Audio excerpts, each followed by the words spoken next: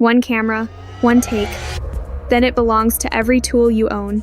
Every take exports 4 ways: FBX, GLB, USD, BVH, each one carrying your performer's own mesh, or retargeted. Mixamo, UE5 Manny, MetaHuman, the same performance.